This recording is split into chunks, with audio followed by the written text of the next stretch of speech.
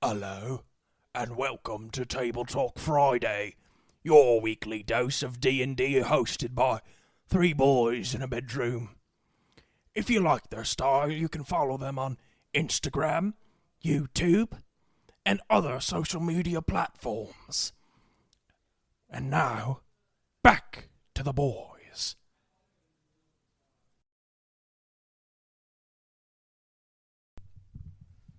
So I do love the Switch as much as the next guy. I haven't played it in probably like the longest time because last time I played it, I was playing Hades like consistently. But there haven't been any games that came out on it that I'm just like, I gotta play that. You know, Sonic Frontiers is coming out, but I'm pretty sure that's gonna be on current gen consoles as well. So I'm like, well, I'll just play it on current gen consoles. And the Persona collection, like 3, 4, and 5, those are all coming out, and I haven't played 3 yet, but I'm not going to buy it on Switch. It's going to be on Game Pass, and I can stream it through xCloud if I want. So I was like, oh, well, I'll just play that on Xbox Cloud Gaming instead, or like on my Series S.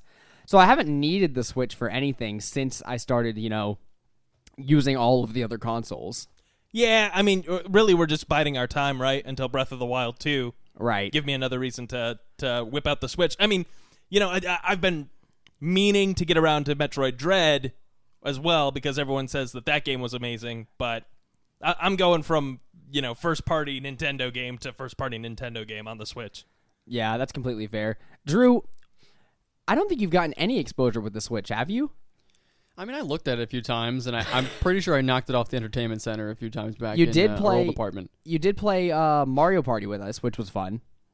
Oh, yeah. I think we also played, was it Jackbox? Yes, Jackbox. We all played Jackbox was Jackbox fun, together. except for that awful game where you have to pretend that you're someone you're not. It's called Faker or... Faking it. I hate that game so much. It's the worst. I'm so bad at lying. We have plenty of stories about faking it because we would play Jackbox games all the time in college, and most of the time, like, I think I got tired of faking it after like time 3 or 4 that we played it. But Sean, every single time that we would pull up Jackbox, he'd be like, "Oh my god, we have to play faking it," and I'm like, "Sean, we know each other's tells. We know everything about each other at this point." And he'd be like, "Just like 1 or 2 rounds, man. Can we just like 1 or 2 rounds?" I'm like, fine.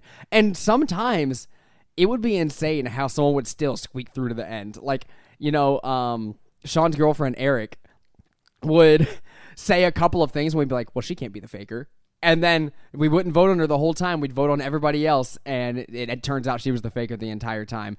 It's a very fun game, but it's also very irritating and stressful. Yeah, I just, here's my confession. Live on the air. I got sick of faking it. I really got sick of faking it. And you know why? It's because it was the boys' game, right? Like, we'd have other people there, but you, me, and Sean, we'd always be focused in right on each other. And there was no chance in hell that I'm going to make it through all 3 rounds with both you and Sean looking at me. Like, if I'm the faker, I might as well just say, hey, it's me. We'll go on to the next one. Do you remember the million times that I would just look over at someone in the room and go, sorry? And they would be like, what? And I would go, I know it's you. Like, and everybody would be like, wait, how do you know? And I would go, I just know. I looked at the way this person acted, and I know. And it's only like a 6-person game, so you've got a 1 in 6 chance of being right every time you did that. Well, and you know what? I think I was only wrong maybe 2 out of the 100 times I made a call like that. Honestly, yeah. Because a lot of times someone would go to raise their hand, and I would just see them go like ever so slower than I feel they should naturally go, and I'd be like, it's that person. Like I just know it's that person, and it got to be such a pattern that every time I made a call like that, everybody would go, yeah, makes sense. And everybody knew I did it in a specific way because I just knew. And so when I tried to be the faker and make a call on someone, everyone would go, nah, it's you, Seth. And I'd be like, no, it's not. No, it's not. It's not me. And it was. Yeah, of course. But yeah, no. I have some very fond memories of Jackbox games in college. I love those things. Yeah. Party Pack 4 was my jam. Oh my gosh, Seeking Monster. Yeah. Honestly, I just love that one because I loved the lobby music. for all the games. Monster seeking monster. So good. Yeah, so freaking good. I always liked I don't know what it was called. What was that rap game where there was 2 sets of robots or multiple robots, and you write like poetry down? Something City Raps or something like that. See, I like that one. Robo City Verse, Robo Beats, Robo Rap City. Rap City, yeah. Rap Bam-a-lam. City. Yeah. It was on Party Pack 5. That was a honestly, I think that was probably the only game that I thought was worth it on Party Pack 5. I also like Split the Room, but Oh, I love Split the Room. I feel like it was too easy to split the room, though. No, it wasn't. I was really good twice. at that game. Yeah. No, I'm with you, Drew. I felt like that one was easier. Definitely easier than faking it. I sucked at faking it. But I faking it was way too hard. Way too hard. Oh, see, faking it was hard unless you were us and you just fought through it and you knew everybody in the room so well, it didn't matter. Like, we played faking it so much that it is the easiest game for me to play in the world now. Like, I feel like I can play with complete strangers and one of the boys and be like, all right, I got it. Easy. So fake it, you kind of have to roll with the punches, and you have to lie directly to the faces of 3 of your closest friends in close proximity to you, versus a game like Werewolf or Town of Salem back in college, where you go in with a game plan. Like, this is my role. I'm going to role play. I'm going to be what was my role? It was it was Blueberry Bob. I was Blueberry Bob, and I always made biscuits and bread in the village. Yes. And so you couldn't possibly vote me out. I couldn't be the werewolf because I made your food. I was expecting you to say like one of the character roles, because I didn't play werewolf with you guys. I'm the farmer or the hunter or whatever. No, not Blueberry Bob. No, we would D&D-ify it, and that was the worst part about Werewolf to me, because we would confidently have a group of like 10 to 20 people that were playing Werewolf, and not everybody can exude that kind of character energy. And so if you are one of the 2 to 3 people that have the confidence to just exist there and act like an idiot in front of 17 other people, you're getting voted out first round because Really? everybody has decided that you are the loudest person in the room and you're leaving.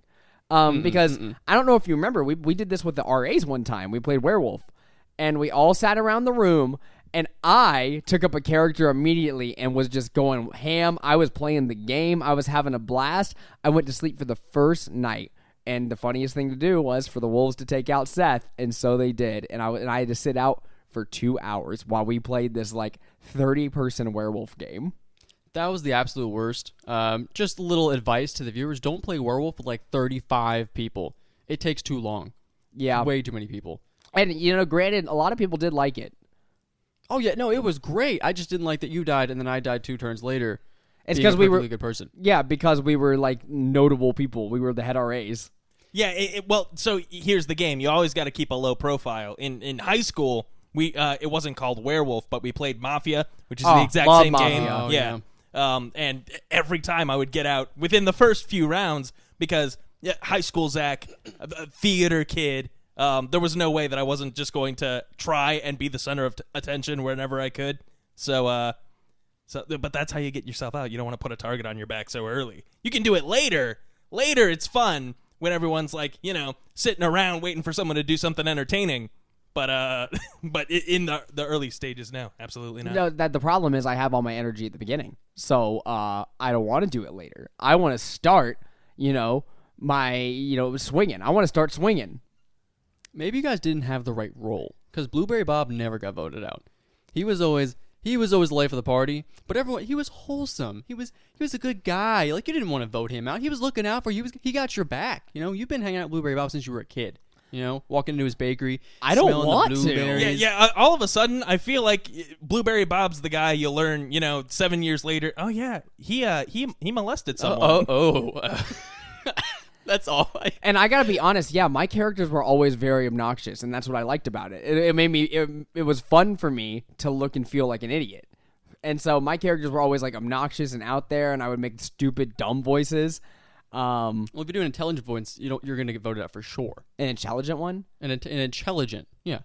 A very intelligent voice. Intelligent voice. No, I didn't do an intelligent one whenever we did it. I don't remember what I was acting like, but, I didn't have a specific character like Blueberry Bob. Charisma was your dump stat. Yeah, it was just really hard for me to survive in the game. Hey, guys, speaking of survivability, let's get into this week's episode of TableTalk Friday, a D&D podcast. My name is Seth Pittman, and I am with my boys, Zachary Carvon and Andrew Romano. How are you boys doing today? I'm feeling wonderful. Worked from home today, working that remote job, but now I'm here. That's awesome. I was doing the same, but it was normal for me. Oh, we're like connected now. Yeah. That's pretty cool. I like this. Our cycles are synced. We're saying things at the same time. You yawned at the same time. All right, favorite color on three. One, two, three. Green. Orange. Ooh. No. Run it back. We'll do it. Okay. One, two, three. Orange. Yes. Yeah. You see, we're so in sync. Well, I gotta say, my day was pretty good too. I had to walk to and from work today because I sold my car. Isn't that big news? So we'll have a new one for like a week or so. So I walked to and from work, and it was fun. I had a blast. I just want to say most people, I'll use that term loosely, most people would get an idea of what their new car was going to be. Maybe they would have checked it out first or all that kind of thing. But I feel like you sold your car really fast, Seth. Yep. I made the decision and I wanted it done. So instead of waiting and thinking, oh man, I'll get stressed out if I wait to do things like that, you know? I'll sit here and I'll think about it like, okay, I'm going to get that done. What if I do it too late? What if I don't do it in time? Okay, what am I going to do? What if the money falls on it and I buy a new car and then it's not going to be worth as much and I don't get as much? So I'll be thinking that the entire time. So instead, we act immediately and we get everything done as I want it to be. And guess what? It ended up working out perfectly because I fly out in 2 days, so I'm not going to need a car. You could have bought a plane. Oh, I didn't even look at planes. Would have saved you a lot of money on a ticket. Dude, I didn't even look at planes. Man. Yeah, you could just fly your plane every day to work. I was going to say, I fly the 1 mile in intonation every day. Yeah. So this week, guys, we are going to be talking about survivability, the realism, the grit, everything you can bring to a D&D game, and what especially we don't bring to a D&D game. So I think, guys, let's start out with explaining what exactly we're talking about here. What kind of mechanics are we going to get into, and what exactly do I mean by realism, survivability? Right. So, rules as written in D&D, there are ingrained, built-in survival mechanics that they lay out in the player's handbook. But what you'll typically see in play is that there's two schools of thought about it. Right. So, there's the table that sort of hand waves some of these elements, and then there's the table that dives right in and says, no, we're going to stick to this specifically. You need 1 gallon of water a day. Make sure that you're drinking 1 gallon of water a day. And you need to find more sources of water on your travel, things like that. So, and what I think our table sort of falls on, just to give this preface right up front, we don't say, no, we're not going to worry about any realistic elements in our game, but I think the way that I like to think about it, at least, is we care about the realistic elements as much as, like, a TV show would, right? Exactly. On Breaking Bad, you don't watch every time Walter White takes a shit, but he does it. You do watch each time they eat breakfast, though. Yeah. Where if there is something interesting to happen at breakfast, then we will role play breakfast. But otherwise, we'll usually say, okay, well, no, we don't need to dictate every time you take your rations. We sort of expect, all right, well, if you're traveling, just remove those from your character sheet yourself. The DM's not going to tell everyone to do that. Yeah, and little known fact, even if you don't end up doing it, I don't care. I assume your characters have far enough gold to afford rations that I'm just like, okay, well, I'm just gonna assume that he picks them up in the next town, or if he forgot, it's as much as a TV show matters with it. Like sometimes you guys will sit around a fire and have a meal and have a conversation, and other times like we go through 3 or 4 sessions going through a whole story arc, and at some point I assume you ate. Yeah, exactly. And so I think where we introduce these elements is just where it makes the game more interesting, right? So usually we won't worry about what the exact carry weight limit is for each of our characters until it becomes a problem. Say we just raided a dragon's hoard. There are thousands of pounds of gold. There's no reasonable way for us to put this in our pockets. Right. So now it becomes the task of, all right, let's do some math. Let's think about it. What can we reasonably get away with? Taking away from this dragon's hoard and like keeping with us. And what do we do with the excess? Which, it brings up an interesting, question and interesting role play opportunities, because rather than just saying, yes, you have all of this infinite wealth and now you've got more money than you know what to do with, we have to use it on something, right? So now we have to make the decision here and now and not just sit on this nest egg for forever. And then the next time a super expensive thing shows up, we say, oh, DM, you forgot that we have millions of gold. So, But I love the idea of over time you're just stuffing all this stuff into your bag. And that's kind of the way I play, is if you could find it, you could feasibly fit it in your bag, it's fine. It's cool, as long as it's not a dragon's hoard or a whole bunch of loot, something crazy. And later on, my players end up having like 19 shields in their bag. Because you're like, oh, I'll pick up this one sword, a couple arrows from the battlefield. Oh, that's a cool thing. And then they just have an entire armory of crap just inside of their bag. Yeah, and I would say, yeah, as we were explaining, we are more of the hand-wavy group, like, okay, we don't need all of those details. But I do think delving into those details with some games can be incredibly interesting. So, especially if you're going for a more sandboxy, long-term gameplay thing. So we are typically the kind of party that's going to play this more like a Last of Us and Uncharted. We are in a sandbox. If you guys decide we're going to turn around and go do something else, you can. But we treat it more of like, hey, there is a narrative going on and there are stakes in pretty much everything we do. So we need to kind of go on this path, or we need to always be going forward. Not a path, but like always moving forward. And because of that, we end up with these narrative threads that go out long periods of time. And you know what sounds incredibly boring? If I make you sail every day for 30 days and find drinkable water the whole time and eat every single day, and it takes us 6 sessions to get there instead of 2. Right, exactly. So when we're in the thick of it, we know what our goal is, we're heading towards it, unless there's something interesting to come of the difficulties of surviving in the wilderness. It's sort of expected that our level 10, level 12 characters, or level 13 we just hit now, it's sort of expected that we're able to get past that. It's not a notable enough challenge for us to, spend time in the session talking about it. No, I agree. I think it becomes, I want to use the word menial, to kind of deal with a lot of the food, a lot of the little bits of money or little items, things like that. It's just as grand heroes and adventurers that scavenge the land for evil doers and things like that. It's just like, oh, we have to go to the market and get some food. I think as long as you have your gallon of water on you, it's fine. If you don't have your gallon of water on you, probably insta-death, I think, is fair for the players. Beyond that, though, I think the other rules are, they're pretty flexible. Well, yeah, and so in preparation for this episode, I've got another confession. I never have read, not once, the actual requirements for food and water. I just sort of assumed, yeah, it's what, you've got a day's worth of rations? Okay, well, you need one per day then.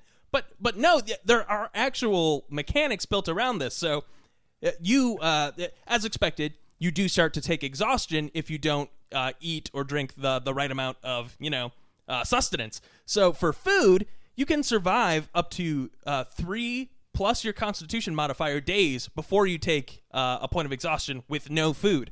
Additionally, you can ration out your food to make it last longer. So if you don't have that many rations, you could, in theory, split them up, say, all right, I'm going to take half a ration today, and then I only take half a day's, worth of malnutrition towards that next exhaustion point, right? So say if I have 3 days rations, I could extend that out to 6 days rations and then only, take that point of exhaustion on the 6th day, assuming that I've only got, 10 constitution. Well, but you get the idea. Theoretically, could you span that out with your rations to where you eat a half ration for 6 days? 6 days, right?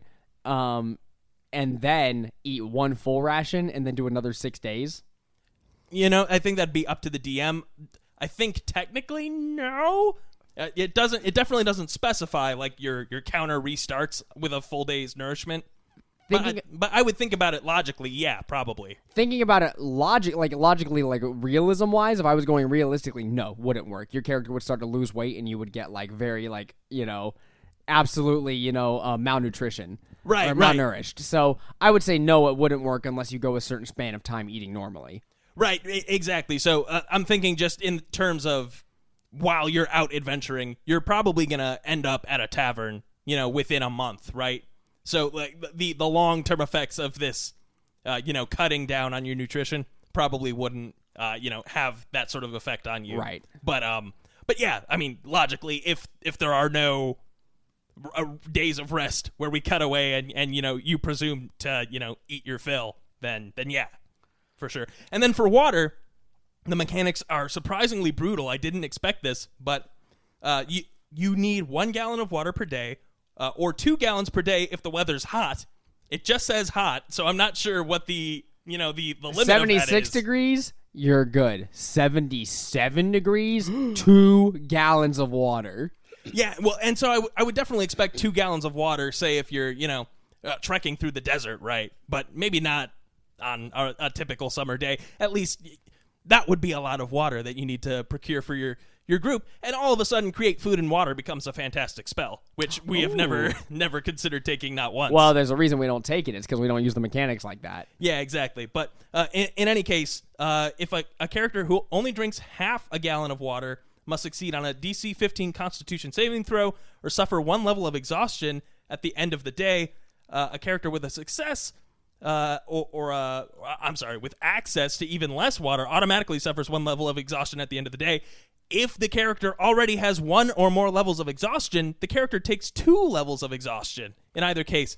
I don't know if you know the exhaustion rules, but essentially you get to 6 levels of exhaustion and you're dead. That means you've got, generously speaking, if you're exhausted when you're already, dying of thirst, right? You take 2 levels of exhaustion per day, you're dead within 3 days. Which, with the rules with water as we know it, yeah. Oh, 100%. You would be. Makes perfect sense, but crazy to see it laid out here. I played a rogue for 2 years, and I couldn't keep track of his 20 arrows that he had. There's no way in hell I'm keeping track of my rations each day. I definitely would have died a million times over. Well, so that's the thing as well. So all of these mechanics are laid out, right? But I don't see anywhere on any of the official character sheets for how many days have you gone without food? How many days have you gone without water? Like, it just seems burdensome to keep track of that unless you've, carved out a space for, okay, this is the part on my character sheet where I keep track of that. But speaking of that, where's the spot on the character sheet to label exhaustion? Oh, I don't think there is one. Exactly. There's no spot to fill in exhaustion points. There should be 6 bullet points somewhere on a character sheet to go through exhaustion. Huh. Because as far as survivability goes, exhaustion is going to be your most important mechanic. The fact that whenever you're on your travels, you don't sleep for a night. That's when we think about exhaustion. Whenever you go into like your crazy berserk frenzied rage, you take a point of exhaustion, you're gonna need to know not to do that 6 times a day. I think that's an important thing to leave on a character sheet. I do wish there was a couple more things on the character sheet, just because every time I pick something up or I feel like I need to write something down, maybe a new ability, maybe I've used up the entire right side of my sheet, it just goes into equipment, which your equipment is just a cluster of nothing. It's like the miscellaneous drawer in your kitchen where you keep all your crap, your batteries and your spoons. Yeah, you should see Oswin's inventory. Like, I had to get in there with, like, a friggin' magnifying glass and, like, the finest tip pencil that I could manage and, write it so tiny. I was looking, last week we mentioned our battle with Hundar. I was looking for the feather of Zariel that we used in that fight just to cross it off my thing since we used it. It took me like 5 minutes. Oh my gosh, Zach. It was in the middle of the session, so I was trying to pay attention. And I've got historically poor eyesight, so that didn't help either. But I did hear about that in history class. Oh yeah. I am so funny. You really know that a joke landed when everyone stops and stares at you, just mouth agape. Oh my gosh, it was funny. I was like, I was like, what? What'd you say? Say that again. But anyway, it took me for friggin' ever to find it. But I think that those things probably aren't included on the character sheet. Just to bring it back to the topic, just because it's not assumed to be used at every table, right? So I think it's not assumed to be used at most tables. Do you think if they come out with this revised player's handbook that those rules will still be in there as is? They might include it as like variant rules, right? So here's my one argument sort of against these sort of things, which is resting. In Dungeons and Dragons, at default in 5e, you can recover all of your wounds from a grievous fight. You've been stabbed in the chest. You've been bitten by a dragon in its giant maw. You know, you're mangled, terrible. As long as you've got the hit dice, you know, give me an hour and I'm at full health. I am the picture of, you know, that's crazy. So I do have a defense for that. I do see that as you are not healing all of your wounds. You are not healing back up to full, blah, blah, blah, blah. What I see getting your hit points back is as you are now invigorated again. You know, you are ready to do another fight. You know, you got your hour to sit down. Now I am ready to take on another fight. And we've discussed it before with, like, you know, we can use the realism thing we're talking about anyways in, like, how hit points work. Because I don't envision every single one of those attacks that's coming at you actually grazing your skin or, like, actually hitting you, but making you feel weaker and making you, or, like, denting your armor, hitting you in a spot in the armor that doesn't actually, you know, damage your skin or break anything. It just pushes you back enough and throws you off balance, you know? So I think that, or, like, breaks your confidence just a little bit. So hit points in general aren't necessarily, hey, that guy cut me and it only did 1 hit point. Now I've got a cut on my little finger. Sometimes it can just mean, like, they got enough of your attention away from you by, like, nudging you in the armor that now you've lost, like, 1 of your 100 points of focus. Right. They're wearing you down, and so Exactly. that's also how I like to narrate it. In especially you know, for the player side, the player's not going to be taking a grievous hit every time, even if it does 30 hit points. They've got a max of 70. We'll say that hit, if you were at full health and you took 30, that's a blow that knocks the wind out of you. It puts you on your back foot, right? Like they got a good hit, leaving you open to, like, another attack, but you're not taking a grievous injury until you drop to 0. Right. I think it's actually one of the reasons I really like shields. I think thematically, like you guys were saying, you're not going to get cut a million times. The heroes in the movies, they're not constantly getting, sliced with the sword, hit with the arrows, right? They would just die. But if you have a shield and you're some kind of fighter, I don't know, like a ranger of some kind, as people are plowing into you, blocking it with your shield, you're putting all your force and your effort right into it, trying to block every blow. The arrows are flying in, it gets denting the shield, pushing you back into a wall. It gives you a little more usage with your damage, I suppose, or at least different ways to flavor it anyway. Right, and that's got to hurt your arm too. Holding it, like taking the full brunt of an attack with your shield arm, like you get hit that many times, you just might not be able to bring it back up fast enough to block the next one. Well, yeah, and I think I've described that a couple of times when we're in combat, like you getting hit right in the shield and, like, catching the blow, but, like, buckling underneath of it, like you feel your legs and your arms strain. Like, things like that make the game, one, feel more realistic, but also at the same time make it very entertaining and make it so that, he hits you with this short sword right in the side, that's your first 6 hit points, and it's like, well, I'm bleeding now. Badly. Short rest. Short rest. I just took 6 hit points. Like, that's a bad wound. So yeah, I like to describe it in ways like that. Another thing I would say is that when it comes to the monsters, a lot of times I do, especially with, like, a dragon or something like that, one big blow is not going to kill a dragon. I do like for a lot of things to make their way and slowly damage them. A lot of times, realistically, I envision, the monks in there, like, punching and kicking against the scales and, like, getting big dents in the armor of like, those thick draconic scales.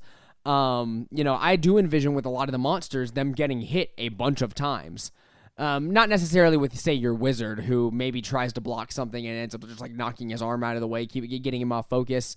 But yeah, with your big monsters, your purple worms, your dragons, your beholders. Yeah, I think that all of those attacks are doing serious injuries. They're just really big and really they have a lot of constitution. Yeah, even the party's barbarian, I would throw them in there. Oh, yeah. Like you don't want the sorcerer to get hit in the chest every single time, but the barbarian wears that like a badge of honor. You want to make sure you say, yeah, they shoot you, the arrow goes straight into your chest, and you don't flinch, and you keep fighting. Drew, I don't know if you remember this. When we watched The Legend of Vox Machina, they animate the scene of certain spoiler character fighting Grog, the party's barbarian, and you see Grog get hit a lot.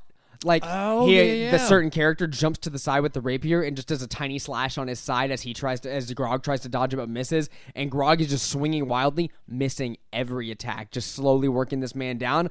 I feel like they animated it so perfectly. I think about that fight pretty much every time we play now because I'm like, that's how a D&D fight looks. Like, the barbarian is swinging through, maybe getting a couple of blunt hits in, but not getting that final hit they need. And the guy with the rapier is dodging to the side, jumping backwards, and getting tiny little cuts along there, just making them bleed slowly. I mean, it looked perfect. And that's really good. I feel like that's the main reason you want to be a barbarian. First of all, you want to beat people up, right? Because you're a bully. Second, you want people to womp on you a little bit. You want to flex that 200 hit points you have. After you took the tough feat, you have max con. You want to feel that. You want to get hit with a whole bunch of arrows. Meanwhile, I'm thinking of playing a wizard, and I get hit once, and I kind of just want to run away. But yeah, hit points are fucking crazy, man. Would you... I was going to say, would you consider hit points a resource? But obviously, they'd be a resource. Would you be able to... I know we're talking about food and whatnot. Do you think there's any mechanics in the book? Because I know we were talking very briefly about this before we started. You know, we were scripting all of our lines, of course.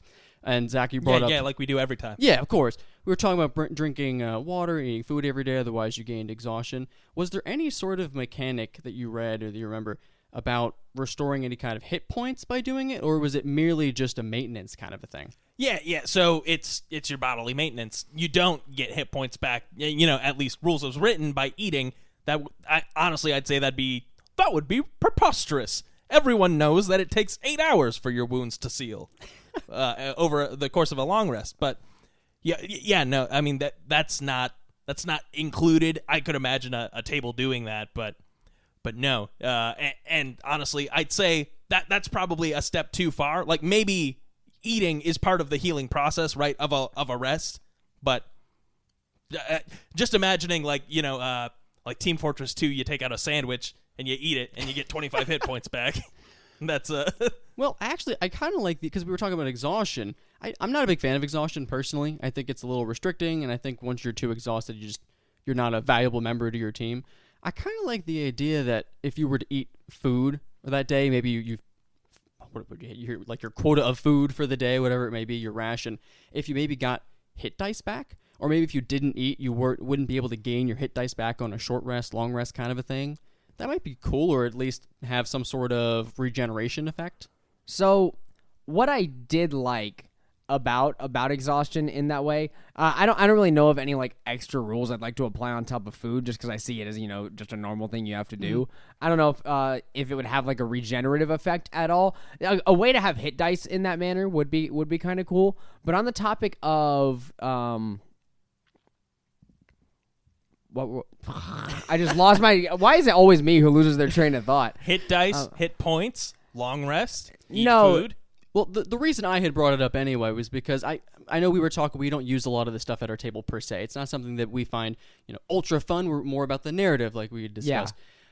But what I do love are survival games. I love the idea of kind of scraping it up and getting the food together. Like the first 2 nights of Minecraft are the best. You're struggling to survive. You're trying to get those resources. You got to kill a couple pigs just so you can make it through. And you're digging a hole just to pass through the night at that point, It would be cool to bring something like that into, even if it was just a variant rule type of thing, just to give you some more options to bring food into the game. And that actually brings me to what I was thinking.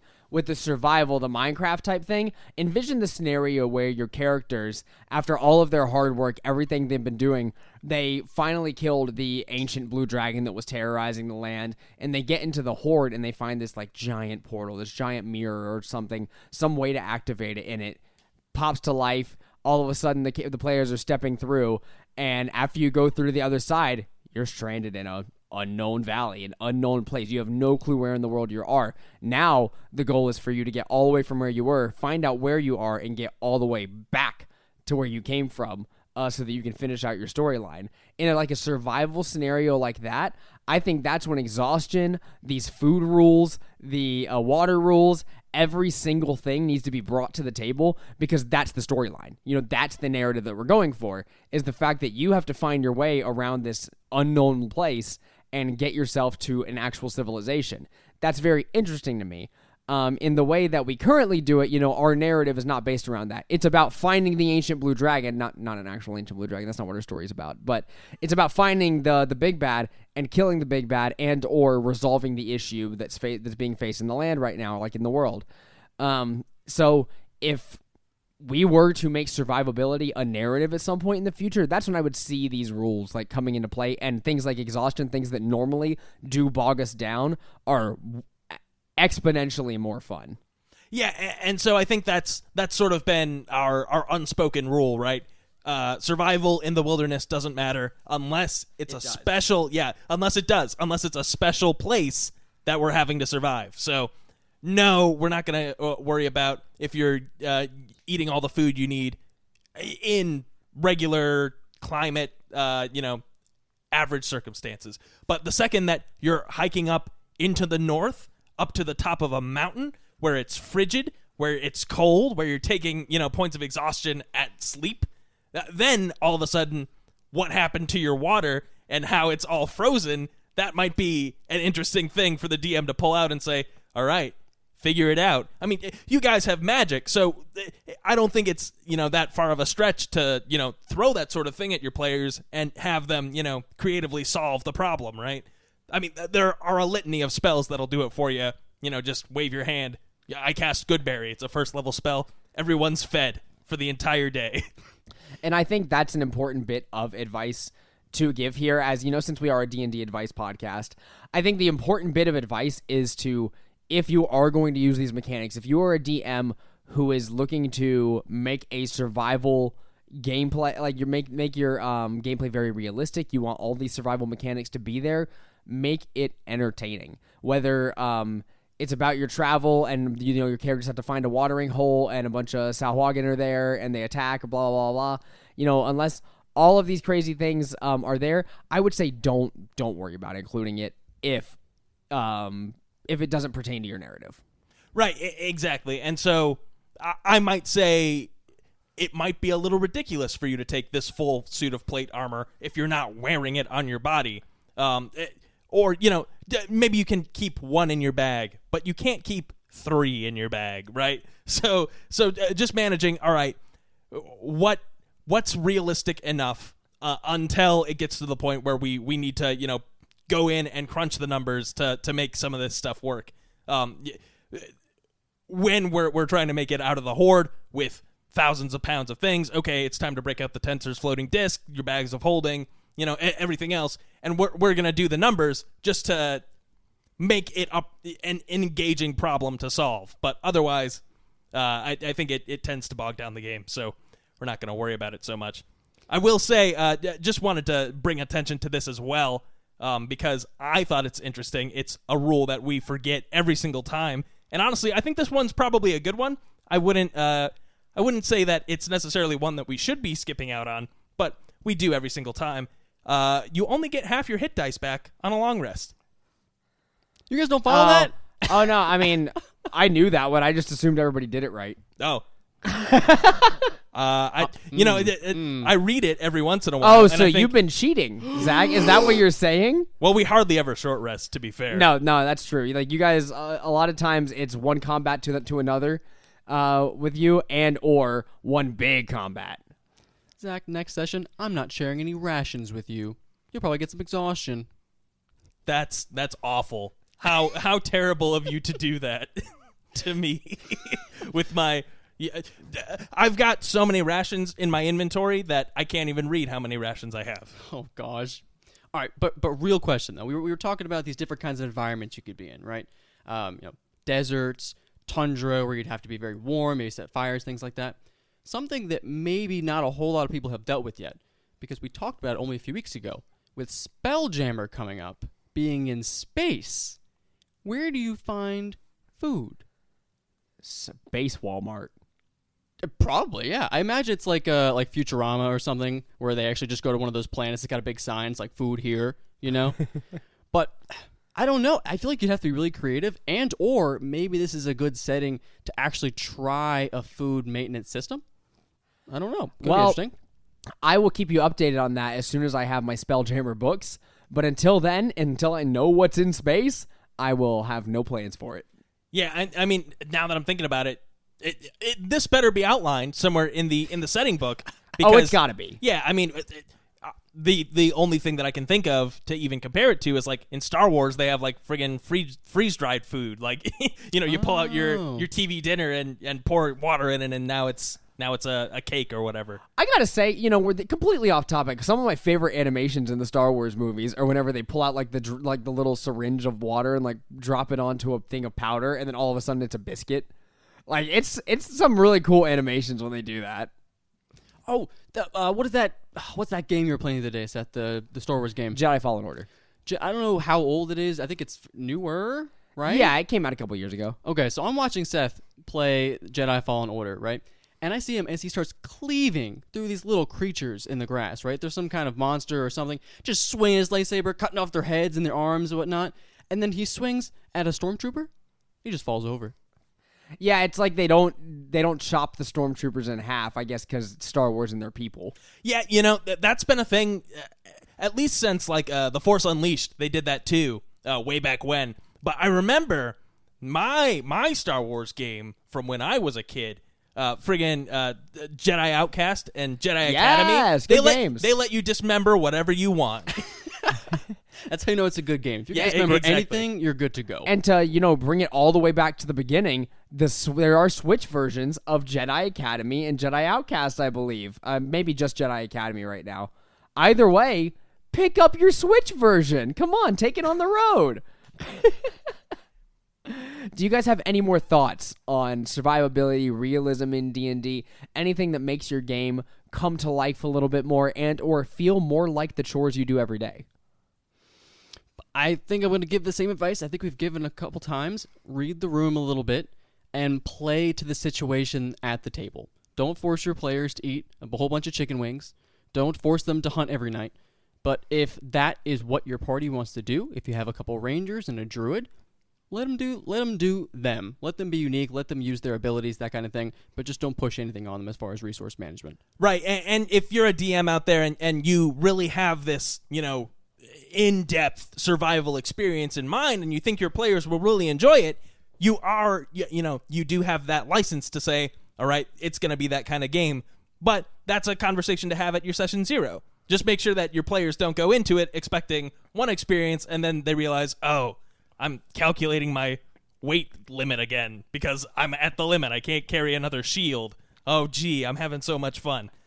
But if that's the the sort of thing that they're expecting, then it becomes a lot more fun, and they get to decide, oh well, this is something that I've been thinking about.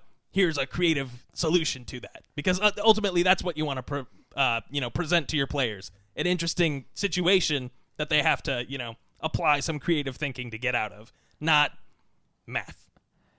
Exactly. As I usually say, rule of cool for me. Rule of cool doesn't always have to mean letting your characters get away with something.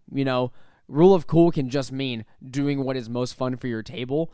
In exactly as Zach just said, if that is what the players are looking for, if that is what you are looking for as the DM, by all means, who am I to tell you that calculating every single ration down to the minute, and every single hit point and every single, or not, I guess not hit point because hit points are important, but every single gallon of water that you drink, everything like that, getting those points of exhaustion in there, and reading all those players' handbook rules, making it as realistic as possible. If that is important to you and your table, get out there and do it. Have fun. D&D is yours. You can do whatever you want with it. As for me, I think the most simple thing, especially since for newer DMs, newer people playing the game, I think the most important thing you can do, and the easiest way to do things, is do whatever works for whatever story you're telling. It'll make it so it's much more of a breeze. Don't stress yourself out about thinking about it so much that it makes the game worse for anybody there, because that's kind of what I do. I go with the flow. I have fun with it, and those scenarios when it comes up, that's when it comes up. That's when it's important. And with that, thank you so much for listening to this episode of Table Talk Friday, all about realism, survivability. If you would like to hit us up somewhere else, hit us up at tabletalkfriday@gmail.com, where you can send your questions, your comments, concerns, anything you do in your game that envisions, survivability, realism, anything crazy that you like to do, or if you've made up your own different rules for it. Let us know there at tabletalkfriday@gmail.com. You can also find us on TikTok at Tabletalk Friday, YouTube at Tabletalk Friday, and Twitter at Tabletalk Friday. And with that, will the survival man take me out? Oh, I'd love to. I'd just love to take you out because I'm so good at survival. Oh, it's me, the survival guy, and I'm just letting you know, kids, remember to drink your water and eat your food so you don't take levels of exhaustion. Have a nice day. Thank you for listening to Table Talk Friday, a D&D podcast. For more fun conversations like this, follow the boys on whatever podcast service you prefer, and come back every Friday for another upload. And if you have your own inquiries, you can find them at tabletalkfriday@gmail.com.